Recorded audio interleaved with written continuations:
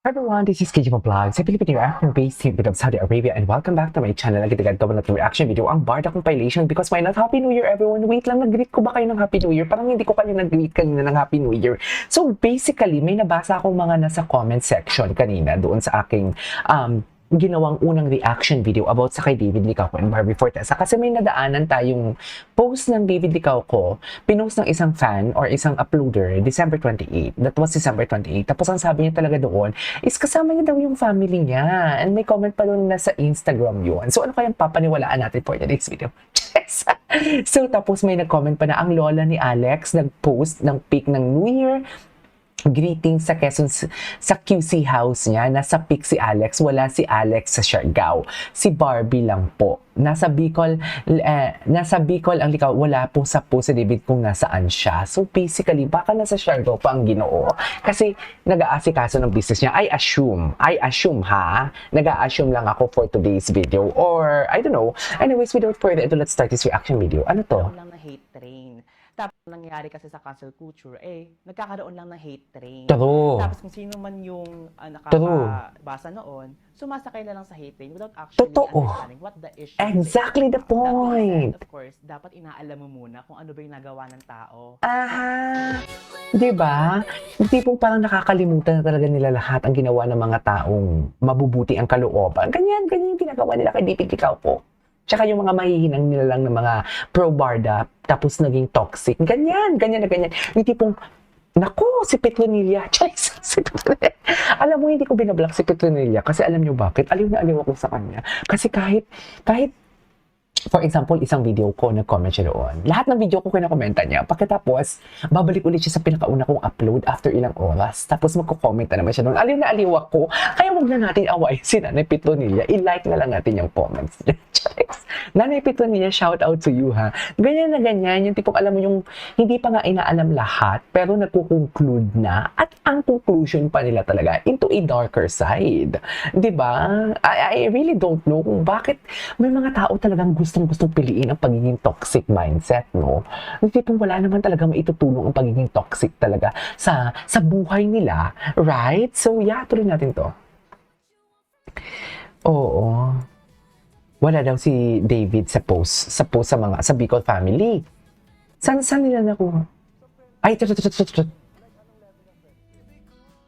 Anong level ng friendship? Si Bianca? Fan din ako nito eh. Ay. Sa ngayon? Sa bukas. Ay, atake. Si Bianca, hala, pinagpalit. Basketball with David or date with Bianca? Hala. Bawal. Isa lang. Kailangan kasi bumawi kay David yun. Basketball with David. Oh, basketball. Ganun ba yun? Kasi Bianca will be cheering on the side. Oo, yun na. Oo. Ayan na. Naku, magtatampo lalo niyan si ano. Magtatampo lalo niyan. Ay, di ka ko. Ito yung hinahanap ko kanina. Eh, bakit hindi ko to nakita sa story ni James? Ay, nakita ko to. Wow, sa Bicol to?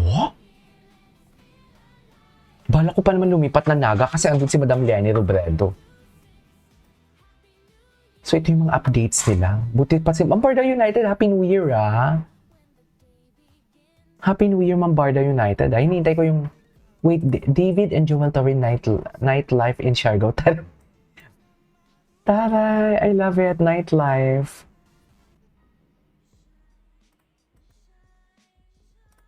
I love it, the nightlife. Di mo kaya.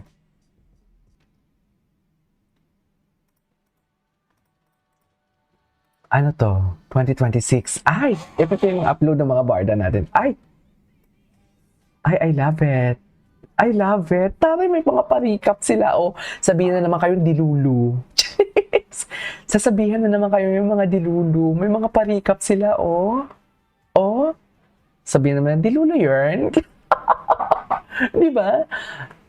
Ang malala pa nito, they don't even know what's the meaning of dilulu. Sa totoo lang. Ay, wait lang. Happy New Year pala sa mga friendship nating kabarda. Si Ma'am LB Liberisa, si Ma'am Barda United.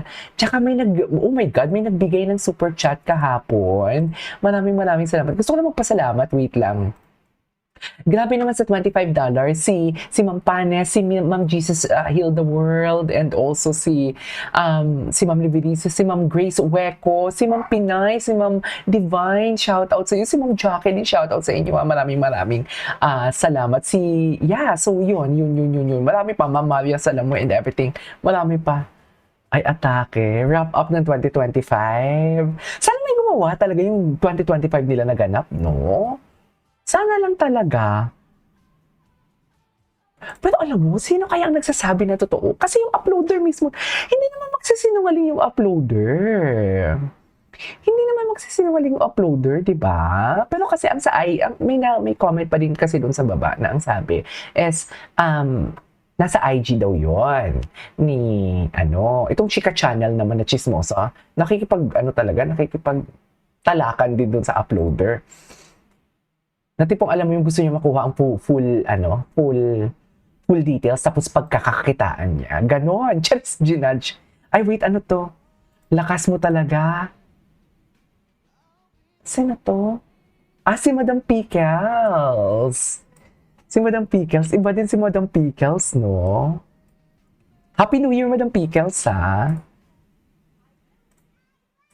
Ay! Barda mindset. In a positive manner and avoid the negativity that may reduce my energy, my mental growth. Cute. Ganyan yung natin, ha? Ganyan yung mantra natin. Huwag nyo na kasi alam nyo, kayo din, pinapanood nyo din kasi yung yung what do you call this? Pinapanood nyo din kasi yung, how do I say this? Ay, bago to Wait. Pinapanood nyo din kasi yung Jim Barda na yan. Kaya, what do you call this? Tinan mo, tumaas yung views niya sa chismis niya. Mostly naman, pro Barda naman yung nanonood dyan. Fidel, bakit kasi nauna ka?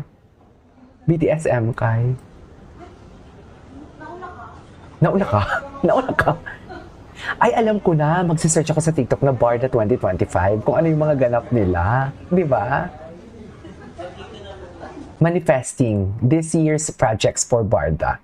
Di ba? Wala kang nagawang masama. Bigla mo kong kinidnap. Ginamit mo pa yung motor ko. Sino ka ba? Kriminal ka, no? May tinatakasan ka, no? Masamang tao ka, no? Ay! Wow! Huwag ka mapanghusga. Kahusga-husga naman ang ginawa mo. Okay. Pasensya na. Salamat. Uulitin ko Pasensya na. Pasensya na. Ay. Diba? Ano to? Charis, ano yung mga nasa litrato ko early 2025? Kung may girlfriend nga naman talaga si David, kung girlfriend niya talaga yun, ano yun? Yan yung tinatanong ko din Charis. Diba? Mapapaisip ka na lang talaga. Anyways, isi-search ko talaga yung Barda 2025. This is Kate Vlogs and see you on my next vlog. Bye!